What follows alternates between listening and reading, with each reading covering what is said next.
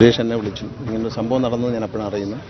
അപ്പോഴത്തന്നെ ഞാൻ കർണാടക ട്രാൻസ്പോർട്ട് മിനിസ്റ്ററെ ബന്ധപ്പെട്ടു, റവന്യൂ സെക്രട്ടറിയും അതുപോലെ ജില്ലാ കളക്ടറെയും ബന്ധപ്പെട്ടു. അവിടെ നിന്നാണ് അവരൊരു തുടക്കം കുറിച്ചത്. പക്ഷെ എന്നാലും വളരെ വൈകിയാണെങ്കിലും നമുക്ക് തിരിച്ച് കിട്ടിയല്ലോ എന്നുള്ളൊരു സംഭവം വളരെ നമുക്ക് ഒന്ന് കാണാൻ പറ്റി എന്നുള്ളത് അത്രയേ ഉള്ളൂ. അത് പ്രകൃതിയുടെ ഒരു പ്രശ്നമുണ്ട്, കാലാവസ്ഥയുടെ ഒരു പ്രശ്നമുണ്ടായിരുന്നു. ഇപ്പം തന്നെ അവിടെ ഈ ദൂരെ നിന്ന് ട്രെഡ്ജർ കൊണ്ടുവന്ന ബാർജെല്ലാം വന്നപ്പോഴാണ് ശരിയായത്.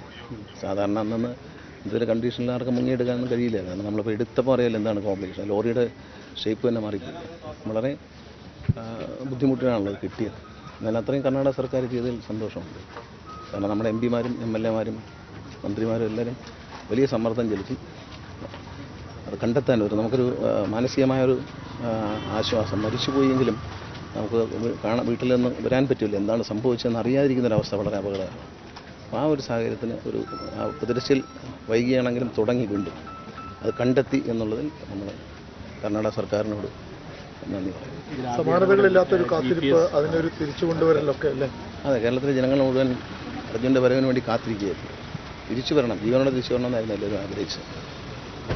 ഒരു പോസിബിലിറ്റി ഒന്നും ഇല്ലെന്ന് തോന്നിയാൽ പോലും പിന്നീട് നമ്മൾ അവസാനത്തെ തിരച്ചിലും ജീവനോടെ തിരിച്ചു വരണം എന്നുള്ള ആഗ്രഹത്തിൽ തന്നെയായിരുന്നു.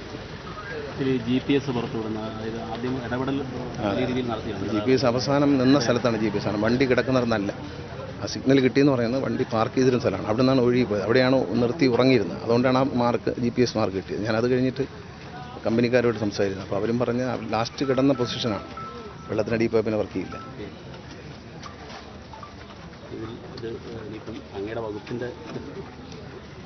അല്ല, കേരളത്തിൽ രജിസ്റ്റർ ചെയ്ത വണ്ടിയാണെങ്കിൽ നമുക്ക് അന്ന് തന്നെ ട്രേസ് ചെയ്യാൻ പറ്റും. കർണാടക സർക്കാരിൽ അവിടെ രജിസ്റ്റർ ചെയ്ത വണ്ടിയാണ്. നമുക്കതിൻ്റെ ഡീറ്റെയിൽസും തരത്തില്ല. പിന്നെ അവർ തന്നു എന്നുള്ള ഒടുവിൽ ചോദിച്ചപ്പോഴത്തേക്കും തീർച്ചയായിട്ടും ഈ നാടും ജനങ്ങളെല്ലാവരും നോക്കണം. എല്ലാവരും കുടുംബത്തോടൊപ്പം ഉണ്ട്. അവരൊരു ആശ്വസിപ്പിക്കാൻ നോക്കും.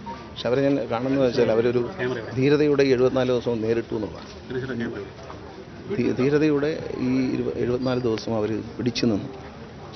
അർജുൻ്റെ വൈഫും സിസ്റ്ററും എല്ലാം അതിനൊരു പ്രായോഗികതയോടെ അതിനുവേണ്ടി പോരാടിയതിൽ വളരെ കേരളത്തിലെ മാധ്യമങ്ങൾ അതിനുവേണ്ടി വലിയൊരു പോരാട്ടം നടത്തി.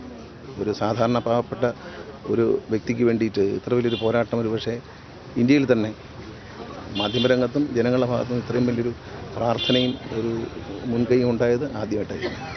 വിളിച്ചു പറയുമ്പോൾ തന്നെ ആദ്യം മറ്റാരേക്കാളും വിളിക്കുമ്പോൾ തന്നെ പെട്ടെന്ന് തന്നെ അതിൽ ഇടപെട്ടു.